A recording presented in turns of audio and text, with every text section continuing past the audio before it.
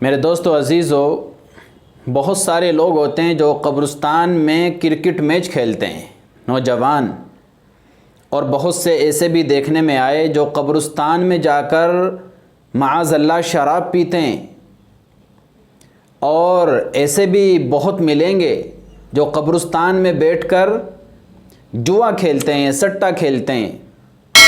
اور ایسے تو بہت ہیں جو قبروں کے اوپر عرس کرتے ہیں، میلہ لگاتے ہیں، اور پھر وہاں پر ناچتے ہیں، گاتے ہیں، قوالیاں گائی جاتی ہیں، اور لوگ دور دراز سے عرس میں شرکت کرنے کے لیے تشریف لاتے ہیں، اور قبرستان میں بیٹھ کر ہر وہ کام کیا جاتا ہے جو ایک بازار کے اندر بھی نہیں کیا جا سکتا۔ تو کیا آپ نے کبھی سوچا میرے دوستو عزیزو، قبروں کے اوپر بیٹھ کر، قبرستان میں جا کر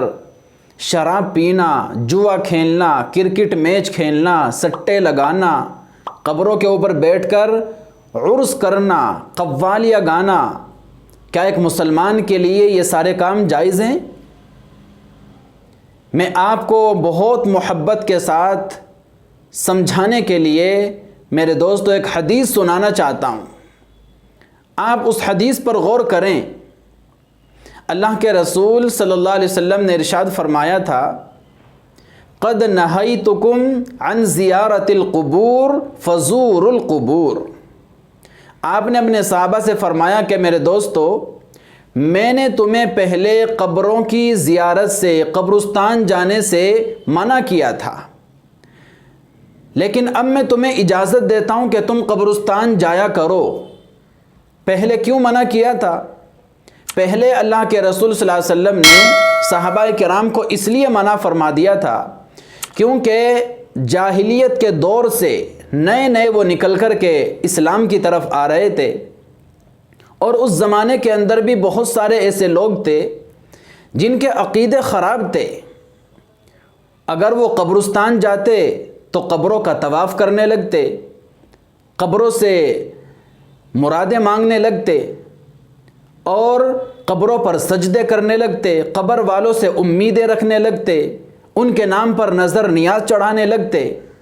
تو ان عقائد کو صاف کرنے کے لیے، ختم کرنے کے لیے، اور شرکیہ عقائد کی نفرت دل میں بٹھانے کے لیے،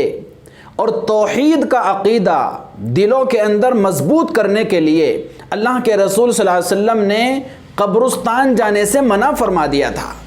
کہ دیکھو تم قبرستان نہیں جاؤ گے کیونکہ عقیدے خراب ہوتے ہیں، اس لیے حضور نے منع فرما دیا۔ لیکن جب آپ نے محنت کر کے صحابہ کے عقائد کو درست کر دیا اور ان کے دل کے اندر سے یہ بات نکال دی کہ دیکھو امیدیں رکھنے کے لیے قبر والے نہیں، تمہیں امید رکھنی ہے کسی سے، اللہ سے رکھو،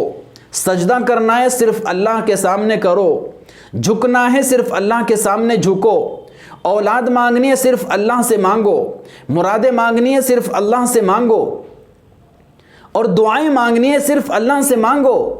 اور طواف کرنے تو صرف بیت اللہ کا طواف کرو۔ جب اللہ کے رسول صلی اللہ علیہ وسلم نے محنت کر کے ان کے عقیدے درست کر دیے، توحید کا عقیدہ ان کے دل کے اندر مضبوط کر دیا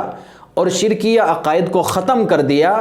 پھر اللہ کے رسول صلی اللہ علیہ وسلم نے اجازت دی، اب میں تمہیں اجازت دیتا ہوں تم قبرستان جا سکتے ہو کیونکہ اب تمہارا عقیدہ درست ہو گیا ہے۔ لیکن ساتھ ہی آپ نے مقصد بھی بتایا، میں تمہیں قبرستان جانے کی اجازت تو دے رہا ہوں، لیکن دیکھو مقصد یہ ہے، اس لیے اجازت دے رہا ہوں، قبرستان جانے سے، قبروں کو دیکھنے سے تمہیں اپنی قبر یاد آئے گی، تمہیں اپنی منزل یاد آئے گی،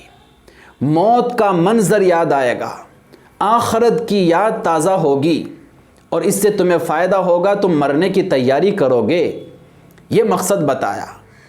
اس سے پتہ چلتا ہے میرے عزیزو، اگر آج بھی ہم اس مقصد کو سامنے رکھ کر قبرستان جائیں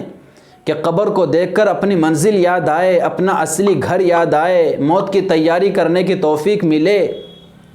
تو ضرور جانا چاہیے۔ اور قبرستان جانا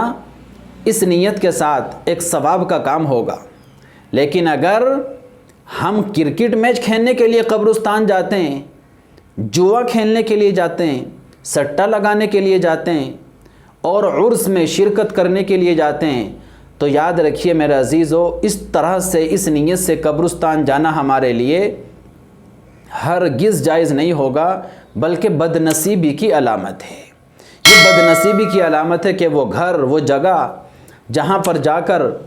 آدمی کو عبرت حاصل کرنی چاہیے، جہاں پر جا کر آدمی کو اپنی موت یاد آنی چاہیے، وہیں قبروں کے اوپر بیٹھ کر ہم گناہ کرتے ہیں۔